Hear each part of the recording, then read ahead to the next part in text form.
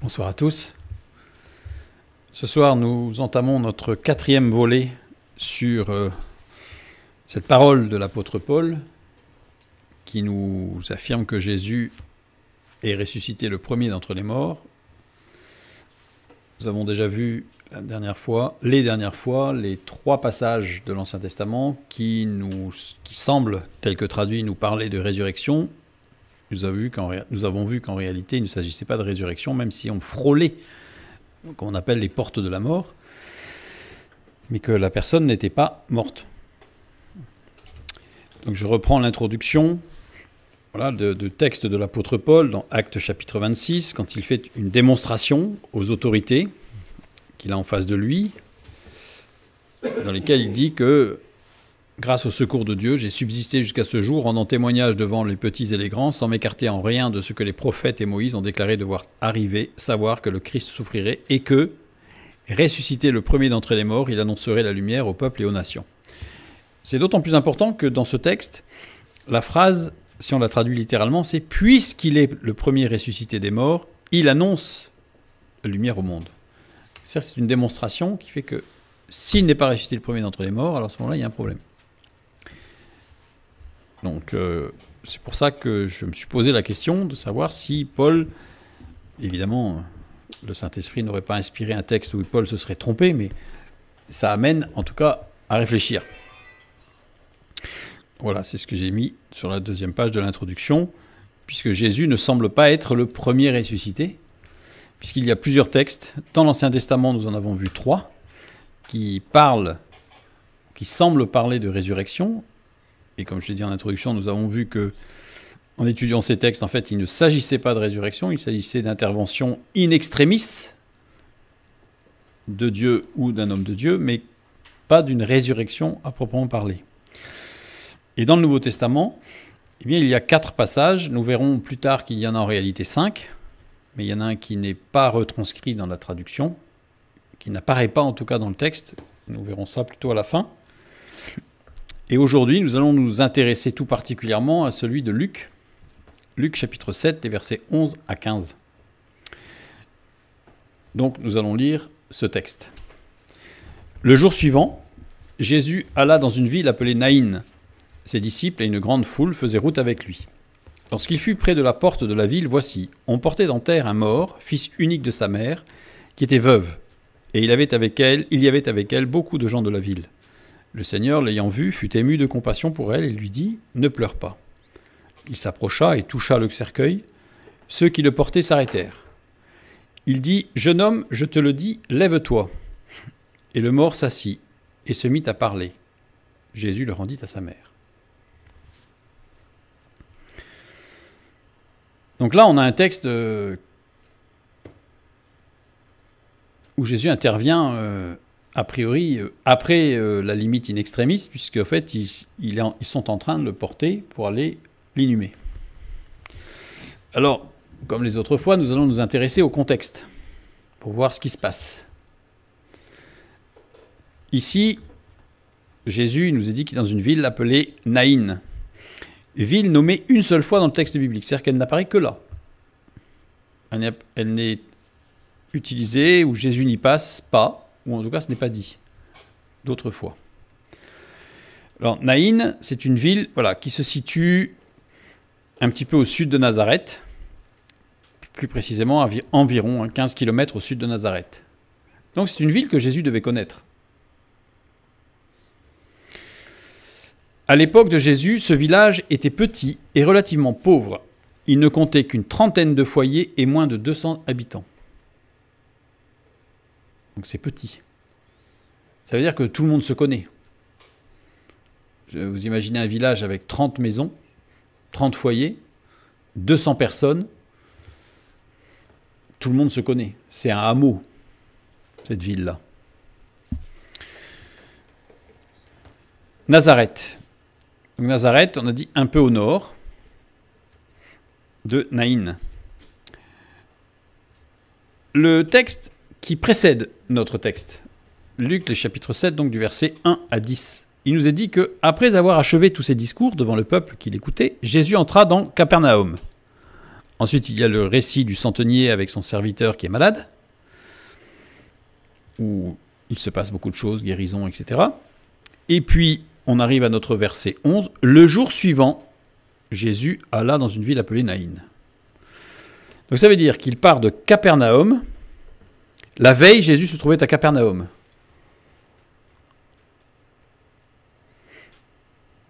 Alors c'est intéressant. Capernaum, c'est au nord de la mer de Galilée. Se trouve sur la rive nord de la mer de Galilée, à 200 mètres au-dessous du niveau de la mer. C'est une dépression, en fait, géographique, 200 mètres au-dessous du niveau de la mer, à quelques 48 km au nord de Naïn. La veille, il était à Capernaum, et le lendemain, il est à Naïn. À l'époque, on se déplaçait à pied. Je ne sais pas si vous avez déjà fait des randonnées, mais 48 km, ça ne se fait pas tout seul. Et Naïn se trouve à plus de 200 mètres au-dessus du niveau de la mer. Donc c'est 58 km et 400 mètres de dénivelé. Ça commence à faire une bonne randonnée. Et il faut le faire dans la journée. Et après, il faut être opérationnel parce qu'il va se passer des choses. Jésus et les disciples ont parcouru près de 50 km avec 400 mètres de dénivelé en 24 heures. Alors, je le souligne parce que souvent on a l'impression que Jésus se promène avec ses disciples. Puis quand il rencontre des malades, il prend son temps, il guérit. Mais les disciples, ils ont dû un peu souffrir quand même. Et la foule qui suivait Jésus. Parce que pour faire 50 km en 24 heures, il ne faut pas tarder, il ne faut pas traîner. Alors c'est intéressant. Bon, cela signifie que, puisqu'on n'a pas les heures, hein, a priori, Jésus est parti la veille avec les disciples, ils sont partis la veille, se sont arrêtés en chemin pour une courte nuit et sont repartis de bonne heure le matin. Comme ça, ils ont coupé en deux. Ce qui paraît plus raisonnable. Surtout s'il y a une foule qui suit. Donc, ça fait quand même à peu près 25 km par jour. Cela nous montre une chose déjà, c'est que suivre Jésus n'est pas toujours de tout repos. Parce qu'on a toujours cette image d'Épinal un petit peu de Jésus et les disciples qui se promènent, qui ont le temps de regarder les branches des arbres, les fleurs qui poussent. C'est presque bucolique. Alors certainement que certains déplacements ont été un peu de la sorte, il n'y a aucun souci, mais pas systématiquement. Donc suivre Jésus n'est pas toujours de tout repos. Mais il y a quand même des choses importantes à souligner, parce que c'est vrai que ça peut être un peu intensif parfois de suivre Jésus. Mais dans 2 Corinthiens 4,16, une parole d'encouragement quand même. C'est pourquoi nous ne perdons pas courage. Et lors même que notre homme extérieur se détruit, notre homme intérieur se renouvelle de jour en jour. C'est-à-dire qu'il y a une action de l'esprit qui se passe. Même si nous sommes fatigués, il y a quelque chose de renouveau qui se produit dans la marche. Et puis il y a un autre mais. Luc 7, 14 à 16. Il s'approcha et toucha le cercueil. Ceux qui le portaient s'arrêtèrent. Il dit « Jeune homme, je te le dis, lève-toi ». Il le mort, s'assit et se mit à parler. Jésus le rendit à sa mère. Tous furent saisis de crainte et ils glorifiaient Dieu, disant « Un grand prophète apparut parmi nous et Dieu a visité son peuple ». Il y a quand même quelque chose d'extraordinaire au bout. C'est pas facile, c'est fatigant, va falloir tenir, mais au bout, quelle grâce. Personnellement, j'aurais apprécié être parmi les gens qui voyaient ce qui se passait. Donc, juste petit clin d'œil pour montrer que la marche avec Jésus n'est pas toujours simple. Et quand vous avez quelqu'un qui vous dit « si c'est difficile, ça veut dire que tu as un problème », non. Ça peut être tout simplement parce qu'on marche, on suit le rythme que Dieu veut nous donner. Et en plus, pourquoi il y avait cette marche? C'était pas pour tester tout le monde, pour voir ceux qui allaient tenir. C'est parce que Jésus savait où il allait et Jésus savait pourquoi il allait. Donc si il nous amène, je dirais, à marcher un peu, à marche forcée certaines fois, c'est parce qu'il sait où il veut nous amener et il sait pourquoi il veut nous y amener. Donc restons dans cette optique qu'il sait, alors on le suit. Le verset 12, donc ça c'était pour situer un petit peu Naïn. On va revenir sur Naïn à la fin, parce que ça va être important pour le contexte aussi. Lorsqu'il fut près de la porte de la ville, voici, on portait en terre un mort, fils unique de sa mère, qui était veuve, et il y avait avec elle beaucoup de gens de la ville. Voici une interjection, là, ici. On sent bien il se passe quelque chose d'important. Idou, une interjection, voici, voilà, pour offrir ou recevoir quelque chose. C'est-à-dire que c'est presque quand on dit à quelqu'un, je te donne, donc voici, tiens, voilà je te le donne. Voilà, voici. Donc, ça veut dire qu'ici, Jésus est venu pour donner quelque chose. C'était le but. Le but du voyage est atteint. Voici. Jésus est venu pour donner. Donner quoi? On pense le comprendre en lisant le texte. Il rencontre ici donc une veuve qui a perdu son fils unique. Situation terrible, tragique. Le mot veuve ici, kéra, qui veut dire dépouiller en privation, qui veut dire quitter, abandonner. Pour désigner une veuve, il faut les expressions kéra tinos, privé de mari, ou andros kéra, privé d'homme. S'il n'y a pas ces expressions, s'il n'y a que kéra, ça veut dire que c'est une femme abandonnée, c'est une femme seule. On va dire monoparentale. Mais rien ne dit que l'homme est mort. Au contraire, tout laisse à supposer que l'homme est parti et qu'elle est restée seule. C'est intéressant de souligner cela parce que dans l'Ancien Testament, c'est un peu la même chose. Nous avons lu le texte 1 Roi 17, versets 17 à 23, avec ce texte de Élie, le fils de la femme maîtresse de la maison, devint malade, et sa malade fut si violente qu'il ne resta plus en lui de respiration. Cette femme dit alors à Élie, qu'il y a-t-il entre toi et moi, etc., homme de Dieu. Donc son fils va mourir, d'après le texte, on a vu que ce n'était pas le cas, mais qu'il était en tout cas, il allait mourir. Et cette femme, un peu plus loin, on nous dit que même cette veuve chez qui j'ai été reçu comme un hôte, cette veuve, eh bien ici en hébreu c'est almana. Et almana, littéralement, abandonnée comme une veuve. Donc s'il n'y a pas d'ajout sur le fait qu'elle est abandonnée plus un mot, c'est-à-dire s'il manque un mot, son mari, etc., ça veut dire que c'est pas du tout sûr qu'elle soit veuve. Ce qui est sûr, c'est qu'elle est seule. Mais il est fort probable qu'elle n'était pas veuve. Elle était abandonnée, répudiée, en tout cas privée de moyens, puisqu'à l'époque, une femme qui n'avait plus son mari était vouée à vivre quasiment de mendicité. Donc quand vous lisez un texte dans l'Ancien Testament ou dans le Nouveau Testament qui vous parle de veuve, il est fort probable, puisqu'il y a quelques textes où il est stipulé dans l'original qu'il s'agit bien d'une veuve. D'ailleurs, c'est pour ça que dans les Actes, vous avez les vraies veuves. Il faut d'abord s'occuper des vraies veuves. C'est drôle, c'est curieux cette expression. Quand il est juste au passage où Étienne va être nommé, etc., il parlait des vraies veuves. On se demande pourquoi il y aurait des fausses veuves. Et en fait, c'est les vraies veuves, c'est celles qui ont perdu leur mari, qui est décédé.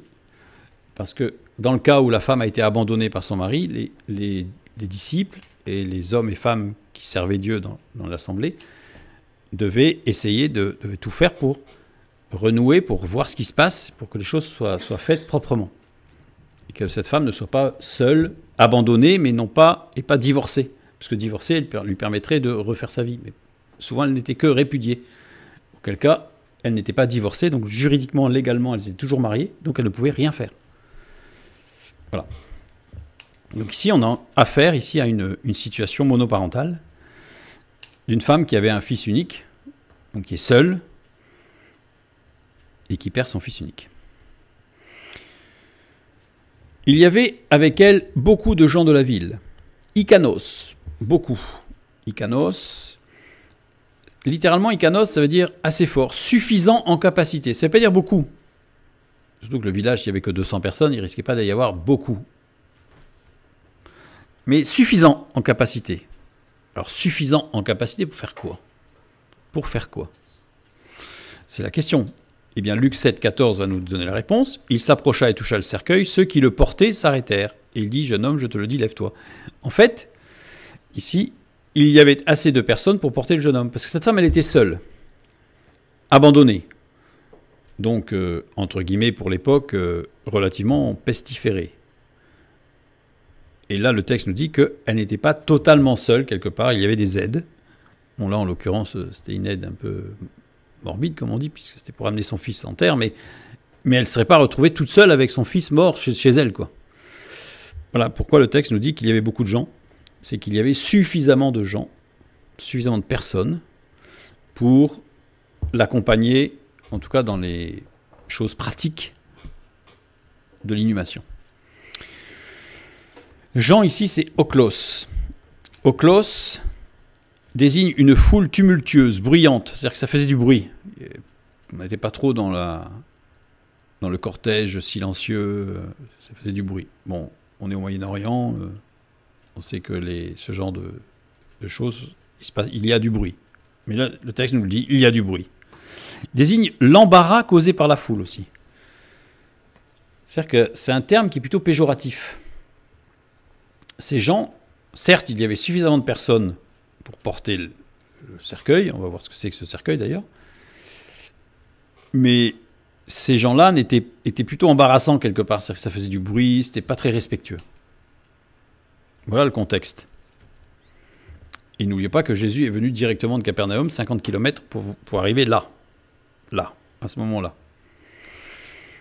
Le verset 13, le Seigneur l'ayant vue, fut ému de compassion pour elle et lui dit « Ne pleure pas ».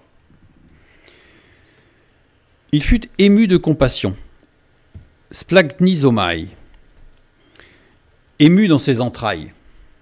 C'est-à-dire qu'en fait, il a vraiment été pris, comme on dit, ça prend au ventre. Il a été ému, Jésus, au plus profond de lui-même. En plus, c'est une expression particulière qu'employée par Luc, médecin, donc il dit que ça prend aux entrailles, on sent qu'il sait de quoi il parle, quoi. La conjugaison de ce verbe est à l'aoriste. L'aoriste, ça veut dire que c'est hors du temps. C'est vrai au présent, au passé et au futur. C'est toujours vrai, en fait. Et à la voix passive déponente, c'est-à-dire portée par le Saint-Esprit. C'est-à-dire que là, le texte souligne que ce qui s'est passé ce jour-là est toujours vrai. C'est-à-dire que face à la souffrance, Jésus est ému. Face à notre souffrance, il est ému. Parce que c'est à la voix, c'est au temps aoriste. Si on aurait été au présent, il est ému. Ou au parfait, il fut ému. Mais là, c'est l'aoriste. C'est tout le temps vrai. Et comme c'est conduit par le Saint-Esprit, c'est-à-dire que ce n'est pas du factice, ce n'est pas de l'émotionnel, c'est sur la vérité, la réalité de notre souffrance profonde. Celle que personne ne connaît. Celle que personne ne voit. Celle qui est au plus profond, eh bien Jésus est ému de compassion vis-à-vis de cette souffrance. Et Jésus, ému par cette compassion profonde, parce qu'il connaît le cœur de cette femme, il sait ce qui se passe dans le cœur de cette femme, il lui dit. Et là, le mot dire, c'est épo. Et littéralement, épo, ça veut dire répondre. Il lui répondit. C'est-à-dire que Jésus n'a pas dit, il a répondu à sa souffrance. C'est fin, c'est délicat. Parce que, apparemment, elle était incapable de demander quoi que ce soit à cette femme. Elle devait être complètement terrassée. Mais Jésus a répondu à sa souffrance profonde. Et on va voir que sa souffrance, eh bien, celle on pense qu'elle souffre parce que son fils est décédé, eh bien, c'est pas ça. Parce que dans le mot qu'il va employer, Jésus va lui dire « J'ai compris, qu'est-ce qui te fait souffrir le plus ?» Qu'est-ce qui est au fond? Pardon. Donc Jésus répond à la souffrance de cette femme par la comparaison, par la compassion, par l'amour. Exemple de sa réponse universelle à la souffrance, puisqu'en fait, c'est à l'aoriste la conjugaison. Donc, C'est tout le temps le cas. Il répond à notre souffrance. Même celle qui est indicible. Même celle, à la limite, qu'on ne peut pas échanger avec notre entourage parce qu'il ne comprendrait pas. Et même nous, est-ce qu'on est capable d'exprimer véritablement, je dirais objectivement, la souffrance? Pas sûr. Pas sûr. Et lui, il la comprend. Lui, il la comprend.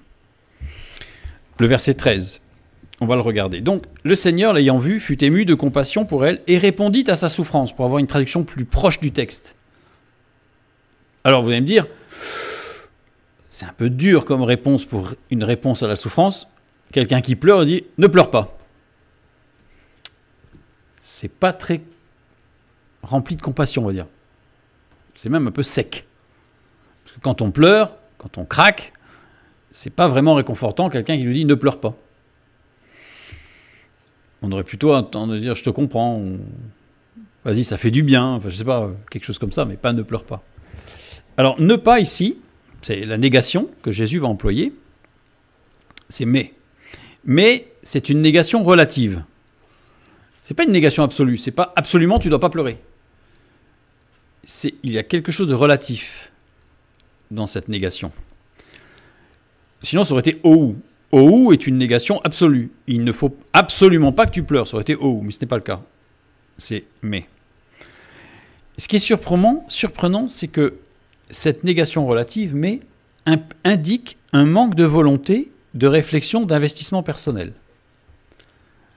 Ça veut dire que ne pleure pas, il laisse entendre en fait qu'il y a un problème chez cette femme d'investissement personnel. Un manque de volonté de sa part, sur un sujet pour l'instant qu'on ne connaît pas. Parce que par rapport au décès de son fils, je ne vois pas très bien qu'est-ce qu'il pourrait y avoir comme volonté. Donc c'est pas facile. Alors attention, cette indication de manque de volonté, de réflexion ou d'investissement personnel, cette négation ne sous-entend absolument pas que ce manque d'investissement personnel ne vienne que d'elle. Il est possible qu'on l'ait empêché de s'investir personnellement. C'est un constat objectif. Il y a un manque d'engagement, mais pas forcément, un reproche. C'est un constat. Donc ça veut dire que déjà, on comprend plus la compassion, parce que là, on comprend que si elle a été empêchée de faire quelque chose, Jésus lui dit « je comprends que tu as été empêché, que tu n'aies pas pu ». Et peut-être qu'elle n'a pas pu elle-même. Donc on voit que là, c'est véritablement une réponse, en fait, à la souffrance de cette femme. Et puis, le verbe pleurer. Le verbe pleurer, klaio. Klaio, qui est différent du verbe pleurer, dakruo. Deux verbes pleurer qui sont employés dans le Nouveau Testament, puisqu'il y en a d'autres en grec, mais dans le Nouveau Testament, on a ces deux-là qui sont employés. Alors, dakruo, on le revoit dans Jean 11, 32 à 36, quand nous lisons « Lorsque Marie fut arrivée là, où était Jésus, et qu'elle le vit, elle tomba à ses pieds et lui dit « Seigneur, si tu eusses été ici, mon frère ne serait pas mort. » C'est Lazare. Jésus, la voyant pleurer, elle et les Juifs qui étaient venus avec elle frémit en son esprit et fut tout ému. Et il dit, où l'avez-vous mis? Seigneur, lui répondirent-ils, viens et vois. Jésus pleura, sur quoi les Juifs dirent, voyez comme il l'aimait. Ici, dans le texte de Jean, on a deux termes pleurer, qui sont en français rendus par le même, mais en grec, ce n'est pas les mêmes. Il y a Marie qui pleure et Jésus qui pleure. Mais ce n'est pas le même pleur. Ce n'est pas le même pleur. Klaio, c'est pleurer du fait d'être meurtri, blessé, maltraité.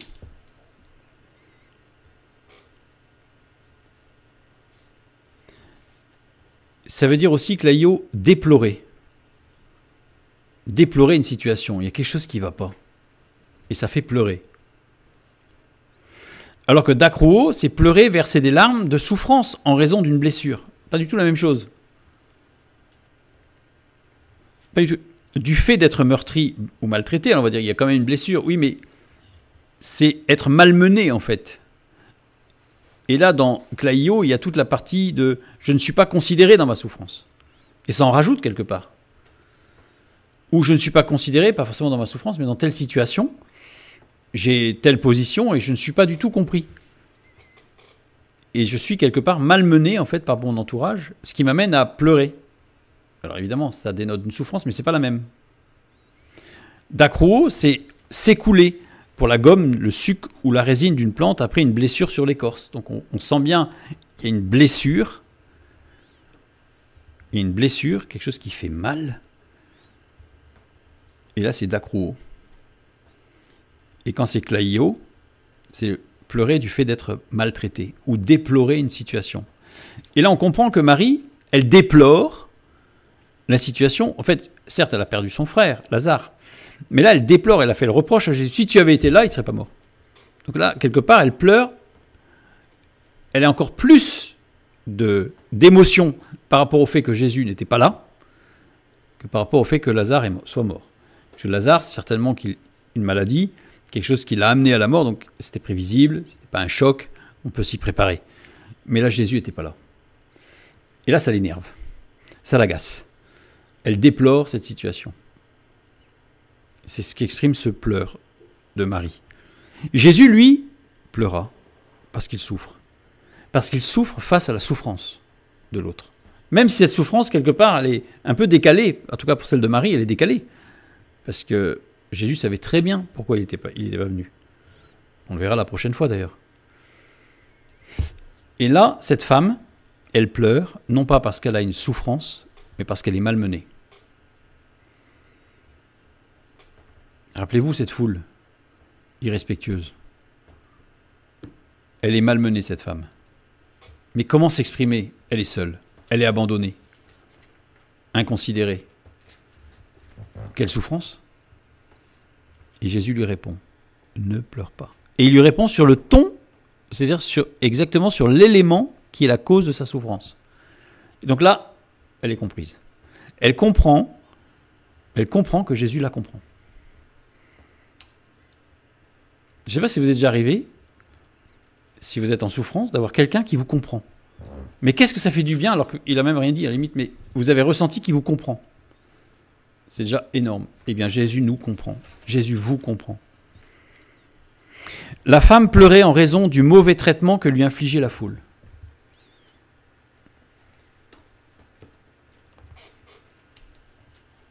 Et Jésus avait compris et lui signifiait qu'il avait bien compris sa souffrance. Il faut bien percevoir en fait le jeu qu'il y a, enfin le jeu, la situation, l'échange profond qu'il y a en quelques secondes entre Jésus, qui a fait 50 km pour arriver là, pour retrouver cette femme à ce moment-là, et qui lui dit « ne pleure pas ».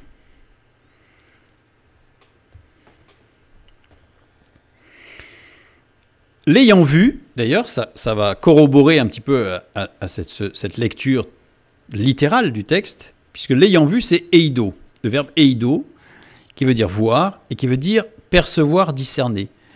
L'ayant discerné. Donc il a discerné ce qu'il y avait dans le cœur de cette femme. Il y avait ce qui se voyait, et puis il y avait ce qui ne pouvait que se discerner par le Saint-Esprit. Et Jésus l'a discerné, évidemment. Conjugué à l'aoriste second. L'aoriste second, ça veut dire qu'il y a l'aoriste, donc c'est toujours vrai.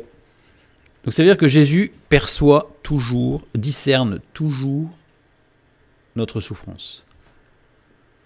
Mais il y a le second, parce que cette souffrance, Jésus va l'amener à un fruit dans le futur.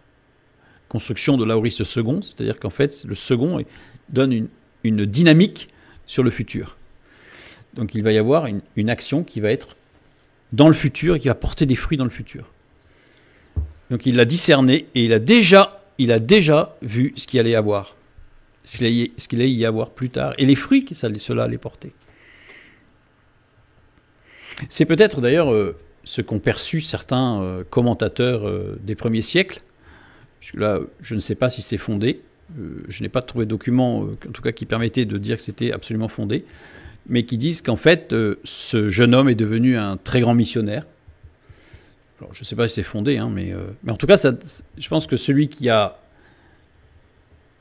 eu cette information ou qui l'a générée, je ne sais pas, certainement qu'il a vu cet aoriste second, parce que quelque part, ça veut dire qu'il y a du fruit.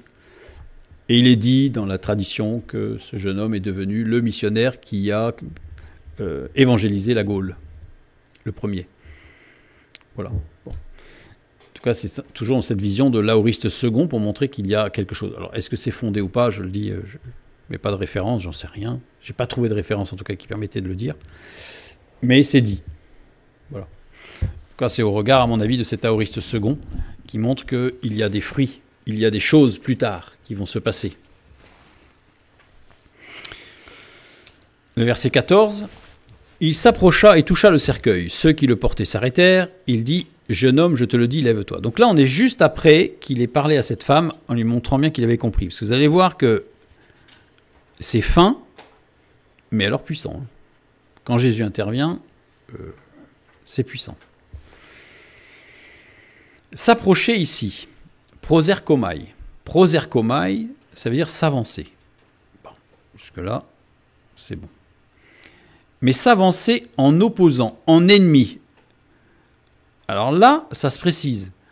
Cette femme est malmenée, ces hommes sont irrespectueux, et Jésus se positionne en opposition. Ça a dû déjà commencer à jeter un froid.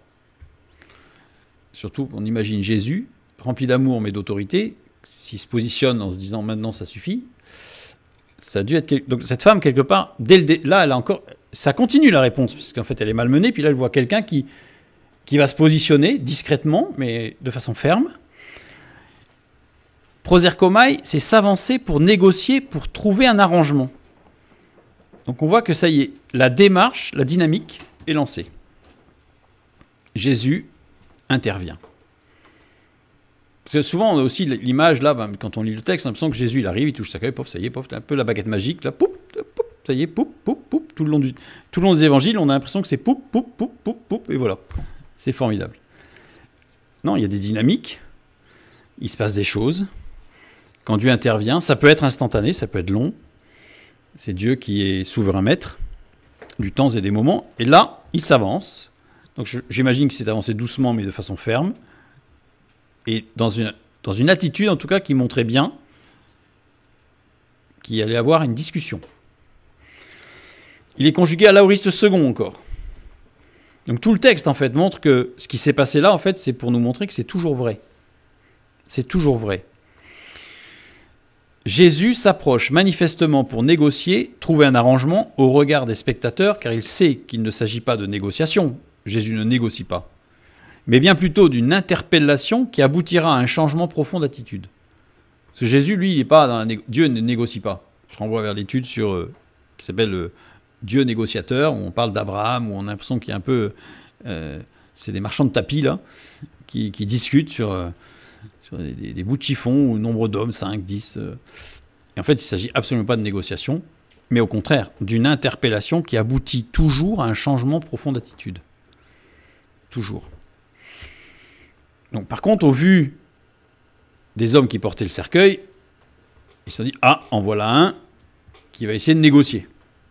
Ils n'ont pas compris que Jésus ne négocie pas. Jésus agit.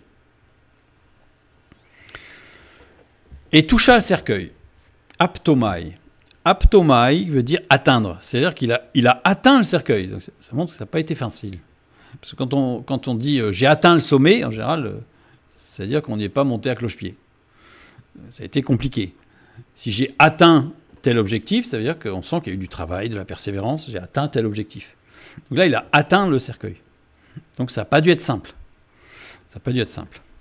Jésus a eu du mal à atteindre le cercueil. Enfin, du mal, entre guillemets, c'est-à-dire qu'à vue humaine. Parce qu'on a bien vu dans d'autres textes, quand ils voulaient le tuer, il est passé au travers, ils n'ont pas pu le toucher. Donc en fait, Jésus, de son autorité, n'a pas de mal. Mais c'est l'image que nous, on pourrait avoir en tant qu'humains dans la perception des choses.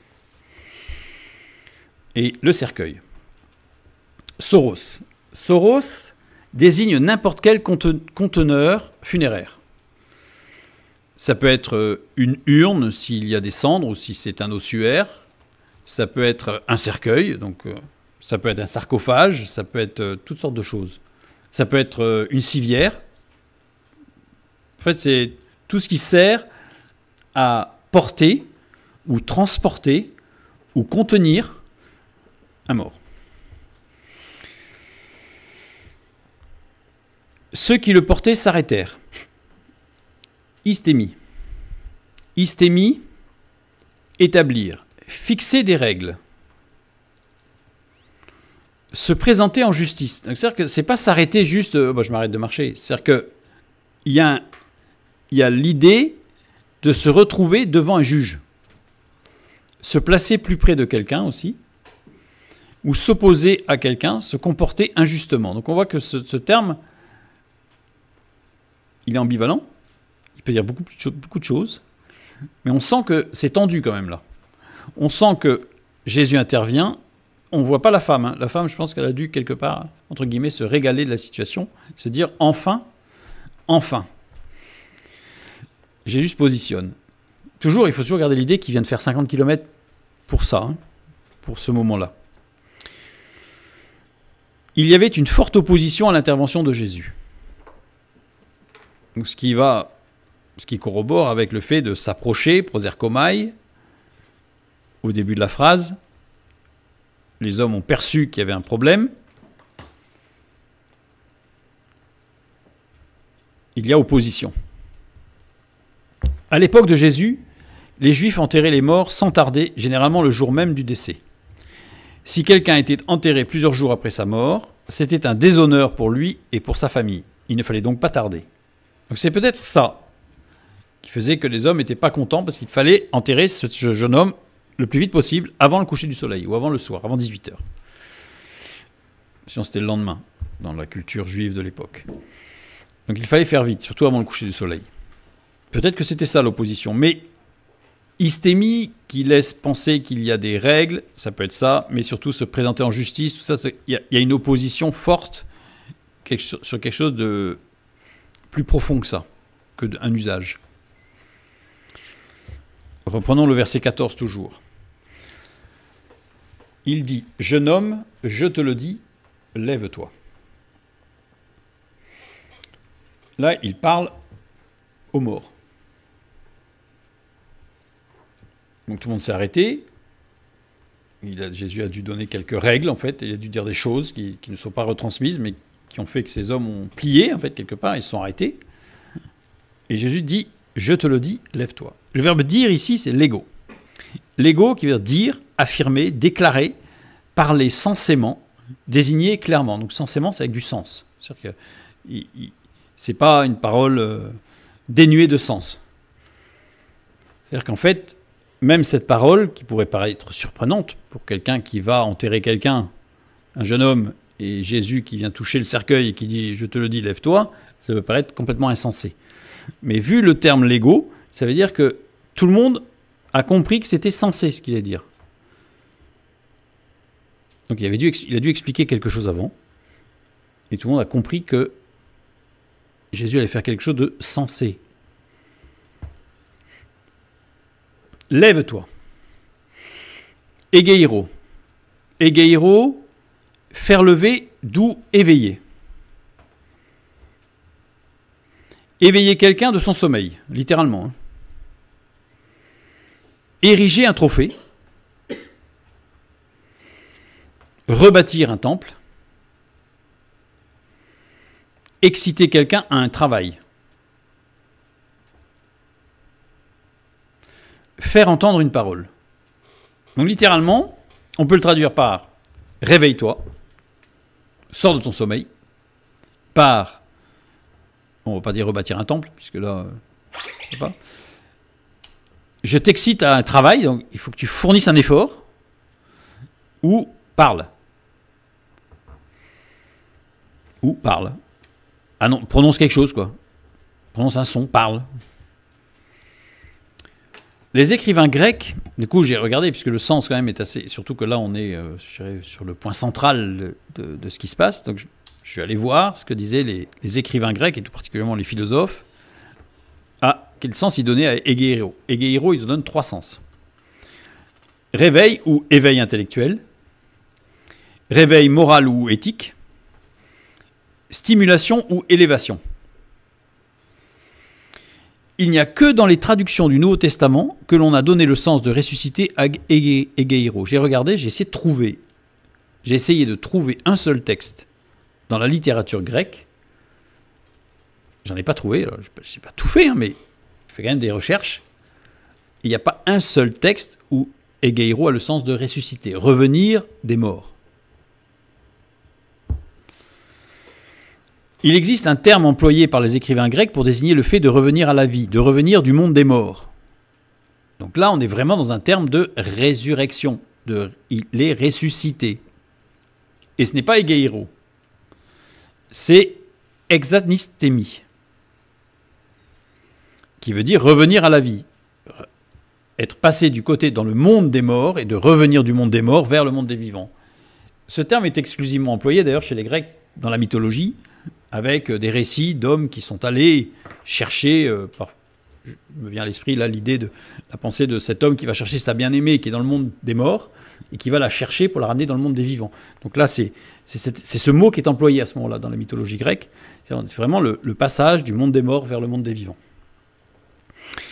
Il y a un autre terme qui est employé pour résurrection, c'est anistémie. Anistémie, revenir du monde des morts. C'est-à-dire que c'est vraiment là, celui-là, il est très très fort. Celui-là, c'est-à-dire qu'on sait que la personne, elle était dans l'au-delà. Et là, ce mot-là, on le retrouve dans Matthieu, par exemple, 17, verset 9. Comme ils descendaient de la montagne, Jésus leur donna cet ordre, ne parlez à personne de cette vision jusqu'à ce que le Fils de l'homme soit ressuscité des morts. Anistémie. Donc là, c'est clair. Là, c'est clair. En employant anistémie, c'était jusqu'à ce que Jésus il soit allé dans le monde des morts et qu'il revienne. Qu'il ait franchi cette limite infranchissable, qu'on appelle la mort, et qu'il revienne. Donc là, on est véritablement dans le terme de résurrection. Egeiro n'a jamais voulu dire résurrection. Sauf dans les traductions du Nouveau Testament. Luc 7, 15. Et le mort s'assit et se mit à parler. Jésus le rendit à sa mère. Remarquez les choses. Il s'assit. On ne l'a pas assis. On ne l'a pas levé. On ne l'a pas aidé. Comme Lazare d'ailleurs, qui est sorti. Et après Lazare, il a fallu l'aider pour enlever les bandes. Là, il s'assit. Donc, il répond comme quelqu'un qui se réveille, qui dans son lit s'assoit. Et il fait entendre une parole. Donc, il répond exactement à egeiro. Il répond exactement au terme que Jésus a employé, egeiro. Donc, quelque part, fais un effort, sors de ton état et parle. Le verset 15. Et le mort s'assit et se mit à parler. Jésus le rendit à sa mère. Le verbe s'asseoir ici, anakatizo. Anakatizo en grec, s'élever soi-même et se tenir droit. C'est un terme très intéressant parce que par rapport à ce que Jésus a donné, il y a une réponse directe. Parce qu'il y a d'autres verbes en grec qui veulent dire s'asseoir, mais qui n'insistent pas sur le fait de s'asseoir soi-même. Ça peut être en s'appuyant, ça peut être aider, ça peut être... Non. Et que là, c'est anakatizo qui veut dire il a fait un effort. Il a fait un effort. L'emploi de ce verbe montre qu'il a fait même un gros effort pour s'asseoir.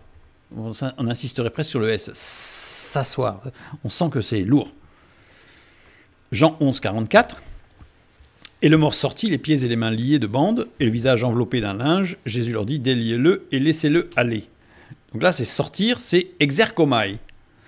Exerkomai, déplacement d'un lieu vers un autre, sans notion d'effort personnel ou de soutien d'un tiers. C'est-à-dire qu'on ne sait pas. On verra ça quand on étudiera, bien sûr, mais pour montrer que les termes employés ne sont pas les mêmes. Pour le jeune homme, il y a vraiment cette insistance de faire un effort. Faire un effort. Et le mort. Le mot qui est employé par mort, c'est nécros. Nécros, physiquement mort. Au moins là, c'est nécros, c'est clair, il n'y a pas d'ambiguïté, c'est physiquement mort. le contexte montre qu'il s'agit de ce que pensait la foule qui portait le jeune homme. Le texte dit « Et le mort s'assit, mais c'est... Et il se mit à parler », c'est ce que les gens ont vu, parce que Jésus, il savait exactement dans quel état il était. Donc le texte, la parole de Dieu ne dit pas qu'il est mort. Il porte quelqu'un qu'il pense mort. Jésus lui dit pas « Reviens à la vie ». Il lui dit « Fais un effort pour sortir de ton état là et parle ». Le texte biblique nous dit qu'il fit un effort pour s'asseoir et il parla. Et ce que les gens ont vu, c'est que le mort s'est assis. Et ils ont perçu l'effort qu'il a fait d'ailleurs pour s'asseoir. Et il a parlé. Le texte biblique ne dit pas à aucun moment que ce jeune homme était mort et qu'il est ressuscité. Le texte biblique nous dit que tout le monde le considérait mort, ça c'est clair, et que Jésus a dit « Fais un effort, sors et parle ». Il le rendit à sa mère. Là, on revoit, ça y est, cette femme réintervient à ce moment-là. Et rendre ici, c'est didomie. Didomie, donner, répondre à une demande. Vous avez lu, vous, qu'elle a demandé quelque chose? Non. Jésus connaît le cœur. Et il a d'abord répondu, je dirais, au premier tracas du moment, c'est-à-dire qu'elle venait de perdre son fils, mais là, elle était malmenée, donc il a déjà calmé ça. Première réponse. Deuxième réponse, il a redonné son fils à cette femme. Le texte ne dit pas non plus si cette femme, parce que vous savez, parfois, vous avez des mamans qui, par rapport à leur enfant, c'est chair de sa chair, vous avez des mamans qui perçoivent que l'enfant, il a un problème, par exemple. Ou qu'il est malade. Là, est-ce qu'elle savait qu'il n'était pas mort? Ma lecture, c'est pas écrit, mais ma lecture me laisse à supposer qu'elle était sûre qu'il n'était pas mort. Puisque sa souffrance, en fait, à aucun moment n'est exprimée vis-à-vis de la mort de son fils. Imaginez la situation. Elle est convaincue qu'il n'est pas mort. Et tout le monde le prend pour le mettre en terre. Imaginez la situation. Comment cette femme peut le vivre? Et elle n'a pas un mot à dire. C'est ma lecture. Dans le contexte, c'est ma lecture. À savoir que Jésus lui dit bien qu'il a compris sa souffrance d'être malmenée, d'être incomprise. Or, la vraie souffrance d'une mère qui perd son fils unique, je veux dire, c'est le départ du fils, quoi. C'est le décès. Or, ça n'a jamais été le cas. Jamais. Et pourtant, on a vu la subtilité des termes. Jésus aurait pu lui parler de la mort de son fils. Donc, la deuxième réponse, c'est que tu as raison, ton fils n'était pas mort. Et je te le rends. En opposition à tout cela, là, qui allait l'inhumer. Didomie, fournir ce qui est nécessaire. Donc ça laisse supposer que non seulement il a rendu le fils à sa mère, mais qu'en plus, il a donné ce qu'il fallait comme action de l'esprit pour le relever, parce qu'il devait quand même être un peu mal en point pour en arriver là, pour le relever. Et donc il a donné à ce jeune homme et à cette femme ce qu'il fallait, didomie. C'est plus que juste, tiens, voilà. Sachant que Jésus, avec ses disciples, venait de faire les 50 km. Donner ce qui est dû ou obligatoire. Donc il a rendu, il a donné à cette femme tout ce qui lui était dû, c'est-à-dire déjà la reconnaissance, la compréhension. C'est plus que son fils, c'est plus que ça, ce que Jésus va donner à cette femme. Se donner à quelqu'un de soi-même. Conjugué au futur. C'est conjugué au futur. C'est-à-dire que là, on a l'impression en français qu'il lui a donné. Mais Jésus, en ramenant ce fils, dit à cette femme, « Je te donnerai. Je te donnerai tout ce qui sera nécessaire. » Vous imaginez la promesse? À cette femme qui était, a priori, convaincue que son fils n'était pas mort, parce qu'elle n'exprime aucune souffrance sur la mort de son fils, mais sur le fait que les hommes allaient l'enterrer. Donc, vous imaginez, Et Jésus qui lui dit, je te donnerai tout ce qu'il faut. À cette femme qui est seule, qui est abandonnée, je te donnerai tout ce qu'il faut. On comprend le texte suivant où tout le monde a été impressionné par l'action de Jésus. Parce que ça va beaucoup plus loin que de réveiller cette personne qui, semble-t-il, était dans un coma profond plutôt que la mort. Quelques informations. Il existe de nombreux cas de personnes cliniquement décédées après avoir reçu une réanimation cardio-pulmonaire, on l'a vu la dernière fois, infructueuse suite à la survenue d'un arrêt cardiaque et qui ont récupéré une activité cardiaque spontanée après l'arrêt de manœuvres de réanimation. Bon, on appelle ça le phénomène de Lazare. On a vu la dernière fois que dans ce qui était répertorié dans les dernières années, on avait 18 cas sur 65 où les personnes se sont réellement rétablies et les autres sont décédés. Ça fait drôle de dire ça, mais ils sont remords, enfin ils sont redécédés. Une deuxième fois, en fait, était-il vraiment décédé ou pas? Cliniquement, on ne pourra pas le dire. Voilà. Mais il y avait un processus de mort en fait qui était déjà engagé. Résultat, même avec les soins, ça n'a pas été suffisant pour une grande partie de ces gens-là. Mais il y a d'autres points. Des sédatifs sont utilisés en anesthésie lors d'interventions chirurgicales majeures pour protéger le cerveau des dommages, et en particulier s'il est nécessaire d'arrêter la circulation pendant un certain temps. Cependant, une surdose de sédatifs réduit la réactivité et déprime la respiration et la circulation, conduisant à une impression de mort tout en protégeant le cerveau de l'hypoxie, manque d'oxygène. Plus tard, à mesure que le médicament est éliminé du corps, la personne peut se réveiller. Alors, j'ai donné quelques... C'est documenté, hein, c'est documenté en bibliographie. Vous aurez les documents sur lesquels je me suis appuyé. Donc, on a 2 médicaments ici qui ont tous 2 provoqué la déclaration de décès par erreur de personnes. C'est-à-dire que ce sont des médicaments où il y a eu plusieurs cas de personnes déclarées décédées alors qu'elles ne l'étaient pas. Alors, ça a été déclaré après un examen clinique. Donc, parce qu'en fait, le niveau cardiaque de respiration était tellement faible qu'il était devenu imperceptible. Et pourtant, ces personnes ne sont pas mortes. Elles se sont rétablies au fur et à mesure que ces médicaments se sont atténués, ont pu être éliminés, et elles n'ont pas eu de séquelles. Contrairement au phénomène de Lazare, où il y a beaucoup de gens qui meurent, enfin, qui retournent dans un état de mort assez rapidement. Là, ce n'est pas le cas. Il y a eu plusieurs cas. Hein. C'est documenté. Certaines toxines peuvent avoir un effet similaire.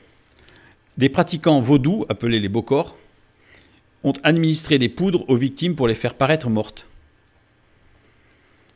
Ils utilisaient de petites doses de tétrodotoxine, provenant du poisson globe, le poisson globe qui se gonfle en boule avec des épines partout, là, pour paralyser la victime, qui aurait ensuite été enlevée avant l'enterrement et réduite en esclavage. Donc ça s'est produit plusieurs fois. Et on a quelques cas où on a retrouvé ces toxines dans le sang, en fait, de ces personnes. Donc on peut arriver à simuler la mort, en fait. À simuler la mort. Alors, sur ces cas-là, on n'a pas de documentation sur les effets neurologiques d'un tel procédé. Dans la documentation, j'ai même lu qu'il se pourrait que dans l'inconscient collectif, tout le récit des zombies, ce soit dû à ce genre de choses, en fait, où les personnes reviendraient, mais dans un état neurologique comment dire, qui ne donnent pas envie, quoi, qui sont diminués neurologiquement. L'immersion dans l'eau froide peut également conduire à l'illusion de la mort en raison de son effet sur le ralentissement du rythme cardiaque. La survie après de longues périodes de temps dans l'eau est bien documentée. Ah oui, je l'ai mis, oui. En médecine d'urgence, on enseigne depuis longtemps qu'un patient noyé n'est pas prouvé mort tant qu'il n'a pas été réchauffé. Une bonne récupération neurologique a été rapportée après des périodes d'immersion dans l'eau froide allant jusqu'à 70 minutes. Vous avez des gens qui ont été 70 minutes sous l'eau très froide, et qui, une fois réchauffés, ont retrouvé tous leurs moyens. C'est documenté. Il y a eu plusieurs cas, il y a eu des adultes, des enfants. Voilà. Des enfants, c'est arrivé plusieurs fois, des enfants qui sont tombés dans des lacs gelés, en particulier au Canada, qui sont restés plus de 20 minutes sous l'eau. Et une fois réchauffés, tout fonctionnait bien. Donc on a des cas quand même, hein. C'est pas... alors évidemment, c'est rare. Là, on en parle, donc on a l'impression que ça arrive souvent. C'est quand même rare. C'est quand même rare. L'évanouissement peut également tromper le médecin certificateur. L'activation du nerf vague, le nerf crânien le plus long du corps, se produit lors d'un évanouissement, ralentissant le cœur et réduisant la tension artérielle. Cas d'une adolescente enceinte qui serait morte de choc après avoir entendu des coups de feu dans son quartier, alors qui serait morte de choc, puisqu'a priori elle n'est pas morte justement, mais le nerf vague ayant été très sollicité. On l'a entendu crier dans sa tombe un jour après ses funérailles. En fait, elle s'est réveillée après un évanouissement prolongé. Alors, certains pourraient dire on incrimine le médecin. C'est imperceptible en fait. Et donc, par exemple, pour un noyé, on sait qu'il faut réchauffer le corps pour être absolument sûr qu'une fois réchauffé, il ne revienne pas. Donc, il y a des cas. Voilà, c'est pour montrer que je ne dis pas que le fils de la veuve de Naïn a été plongé dans l'eau froide pendant un moment. Je ne dis pas tout ça. Je dis simplement que ce sont des cas qui sont documentés aujourd'hui et il ne s'agit pas de résurrection. Et de toute évidence, le fils de la veuve de Naïn est un cas qui ressemblerait à ce genre de choses. Voilà. Luc, les versets 14 et 15, nous revenons sur notre texte. Donc, il s'approcha et toucha le cercueil. Ceux qui le portaient s'arrêtèrent. Il dit « Jeune homme, je te le dis, lève-toi. » Et le mort s'assit, se mit à parler. Jésus le rendit à sa mère. Maintenant, on comprend ce texte. Ce texte qui est très dynamique, en fait. Qui est très, très dynamique. Alors, c'est juste un petit clin d'œil sur la précision du texte. Jeune homme, néaniskos. Néaniskos, utilisé pour décrire un homme jeune, généralement dans la période de transition entre l'enfance et l'âge adulte. C'est ce qu'on appelle l'adolescence. Donc, a priori, c'était un adolescent, ce jeune homme. Et le mort s'assit. Pour les enfants et les adolescents, le soros n'était pas fermé. C'est-à-dire que ce qui a été traduit par cercueil, en fait, le soros, quand ce sont des personnes adultes, le cercueil était fermé. Alors pourquoi ? Parce qu'il était d'usage que la personne enterrée soit nue. Et donc il était indécent d'avoir un corps d'adulte nu. Même s'il était avec un drap ou quelque chose, ça risquait l'indécence. Donc le soros était fermé. Quand il s'agissait d'un enfant ou d'un jeune adolescent, il n'était pas systématiquement fermé. Il y avait un drap, mais ce n'était pas systématiquement fermé. Mais comme il s'est assis sans qu'il y ait eu besoin d'ouvrir le soros, dans le texte, sinon il aurait fallu ouvrir le soros, cela signifiait que c'était un jeune adolescent. Et ce qui correspond au terme néaniskos. Certains traduisent d'ailleurs par civière dans ce cas ici.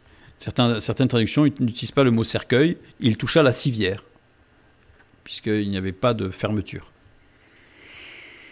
Luc 7, 16 et 17. Tous furent saisis de crainte et ils glorifiaient Dieu, disant « Un grand prophète apparut parmi nous et Dieu a visité son peuple. » Cette parole sur Jésus se répandit dans toute la Judée et dans tout le pays d'alentour. On comprend bien maintenant pourquoi ils disent « Un grand prophète apparut parmi nous ». D'accord, le retour à la vie ou sauver ce jeune qui allait être enterré vivant. Mais Dieu a visité son peuple, on comprend pourquoi. Parce qu'avec cette promesse à cette femme, je te donnerai. C'est plus que ça. C'est plus qu'un guérisseur. C'est le Fils de Dieu. Alors ce qui est intéressant, c'est de voir que cette ville, Naïn, a été construite 500 ans avant Jésus-Christ par les Juifs qui n'avaient pas pu prouver leur appartenance à une tribu d'Israël. C'est-à-dire que les habitants de cette ville, originellement, en fait, ce sont des Juifs, mais qui n'ont jamais pu prouver à quelle tribu ils appartenaient. Ce qui, à l'époque, était dommageable. Donc c'était un village un peu de rebut, de gens qu'on mettait là parce qu'on ne savait pas où les mettre. On sait aussi que cette ville a été construite par le peuple qui était venu dans la deuxième vague d'immigration et qui ne fut pas choisi pour rester aux alentours de la ville sainte. Gens qui étaient considérés comme pas suffisamment juifs, entre guillemets, pour être aux alentours de Jérusalem. Donc on les a fait migrer un peu en montagne. Et aussi par les femmes répudiées avec leurs enfants, nés de mariages mixtes, qui devaient quitter la Judée. Et c'est pour ça que le texte nous dit Et cette parole sur Jésus se répandit dans toute la Judée. Parce que la Judée, c'est pas là. Naïn n'est pas en Judée. Mais pourquoi ça s'est répandu en Judée? Parce que Naïn, c'était la ville que les Judéens avaient créée pour dire, bon, on met là-bas tous les gens, un peu comme il y avait certaines zones géographiques qui étaient réservées pour les lépreux, ben là c'était pour les gens qui étaient pas suffisamment juifs.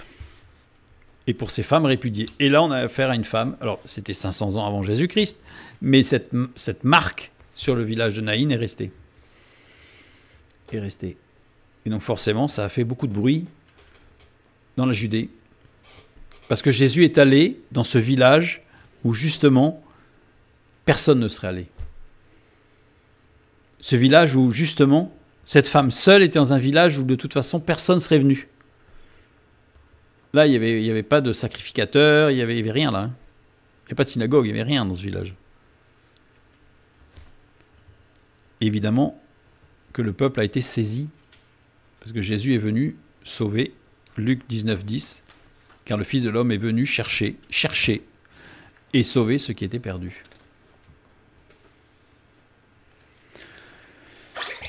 Pour finir, je vais lire un passage dans Marc chapitre 9, versets 31 et 32. Car il enseignait ses disciples, et il leur dit, « Le Fils de l'homme sera livré entre les mains des hommes, ils le feront mourir, et 3 jours après qu'il aura été mis à mort, il ressuscitera. » Mais les disciples ne comprenaient pas cette parole, et ils craignaient de l'interroger. Le verbe « comprendre » ici, c'est surprenant de ne pas comprendre, c'est quand même clair. Surtout que Jésus, ok, il parlait en parabole aux gens, mais il nous a dit que quand il était avec ses disciples, Jésus ne parlait pas en parabole. Il leur dit, je vous parle directement. Donc Jésus leur dit directement, écoutez, on va à Jérusalem, je vais être pris, on va me mettre à mort et je vais ressusciter. Et ils ne comprenaient pas. Pourtant, il n'y a rien à comprendre. En fait, ça paraît simple, non? Eh bien, on va voir que le verbe comprendre ici, c'est agnoéo. Et agnoéo, ça veut dire ne pas connaître, ignorer.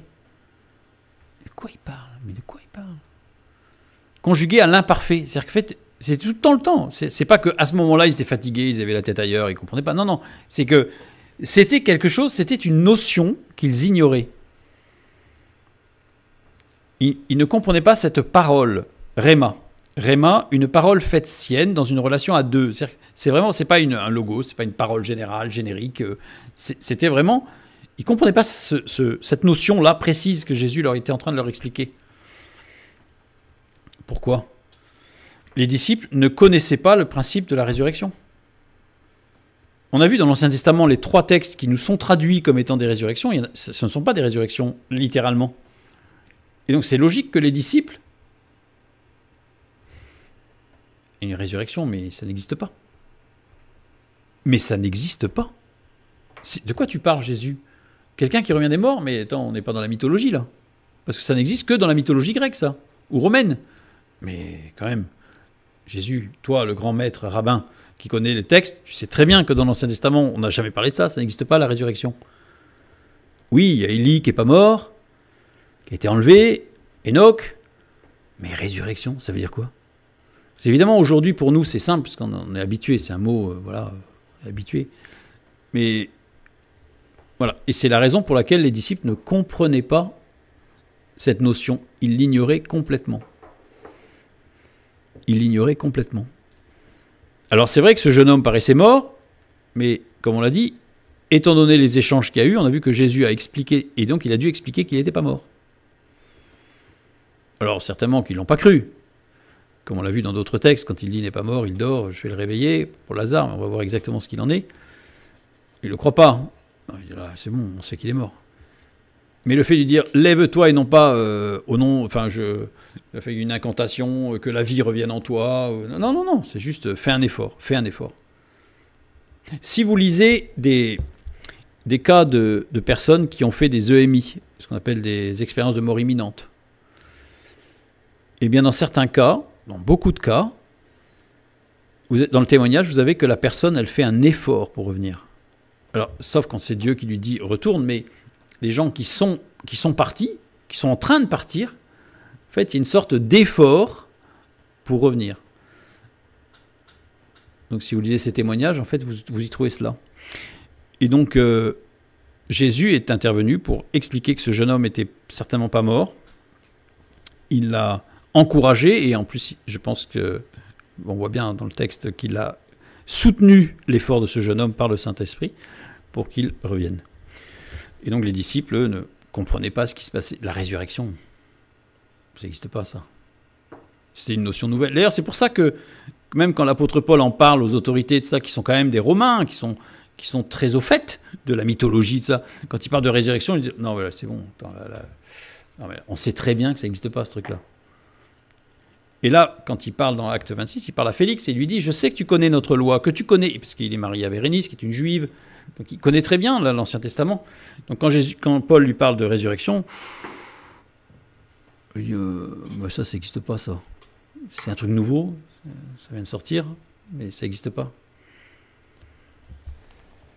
Je terminerai par justement cette parole de l'apôtre Paul. « Mais grâce au secours de Dieu, j'ai subsisté jusqu'à ce jour pour rendre en témoignage devant les petits et les grands, sans m'écarter en rien de ce que les prophètes et Moïse ont déclaré devoir arriver, savoir que le Christ souffrirait et que, ressuscité le premier d'entre les morts, il annoncerait la lumière au peuple et aux nations. »